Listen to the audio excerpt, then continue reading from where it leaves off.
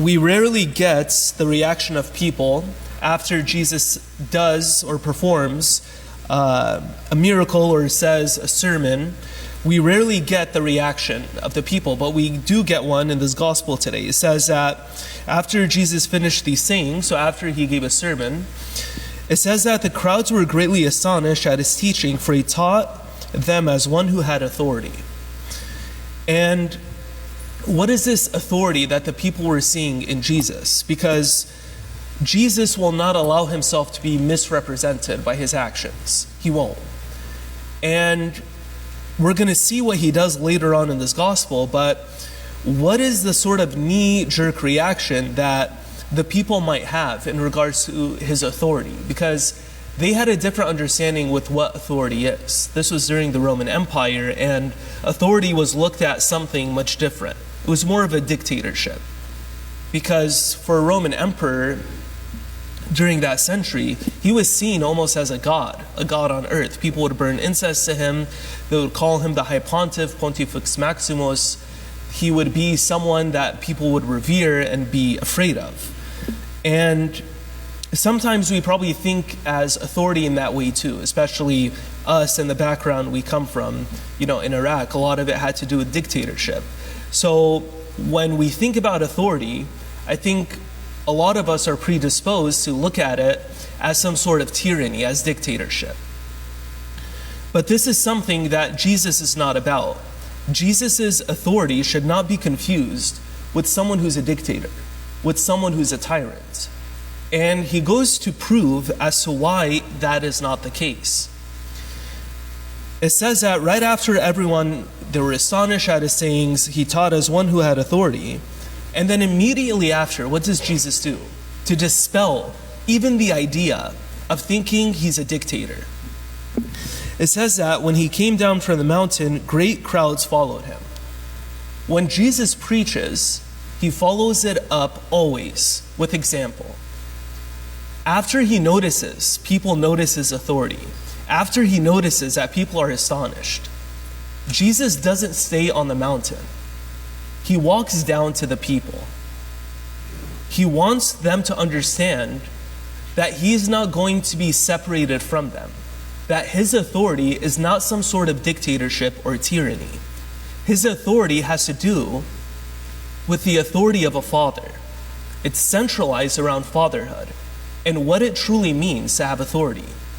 And again, that's something that I think a lot of us get confused with, because I think we are more of dictators and tyrants than we actually think we are.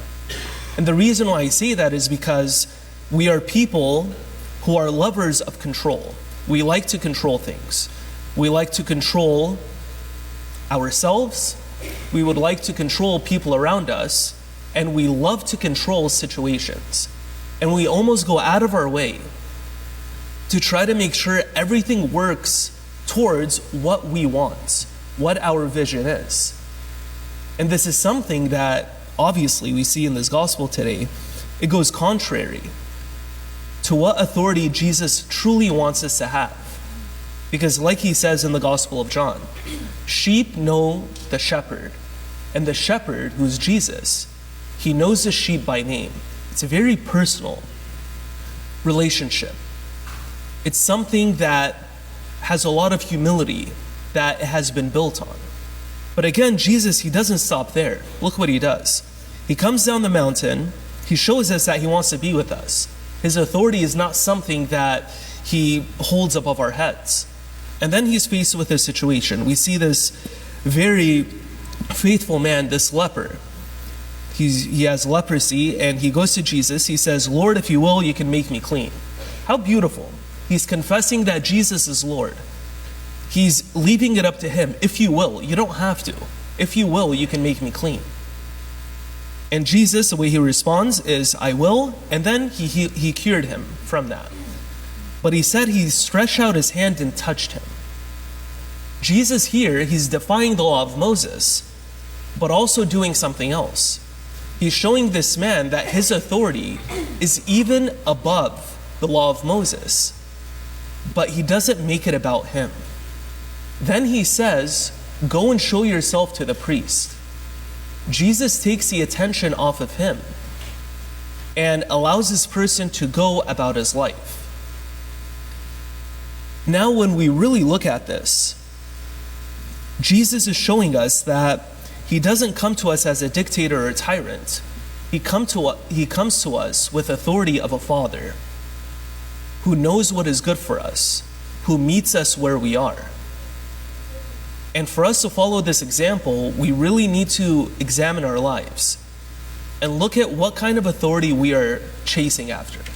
How much authority do we want in this world? How much control do we want over the people in our lives, over ourselves and situations? Because when it comes to authority, and the reason why Jesus is so confident is because when you follow truth, you are in no need of authority.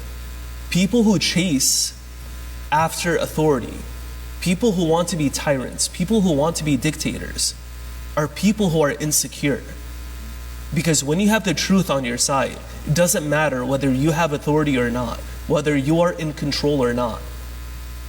You are with the truth, and that gives peace that nothing else could give us. And that's why when Jesus is led up to Golgotha carrying a cross, he wasn't desiring the authority of Pontius Pilate. Even Pontius Pilate was the one who was questioning what is truth. And because Jesus had the truth with him, even though it came with great difficulty being crucified on a cross, the reward is much greater for each and every one of us. Amen.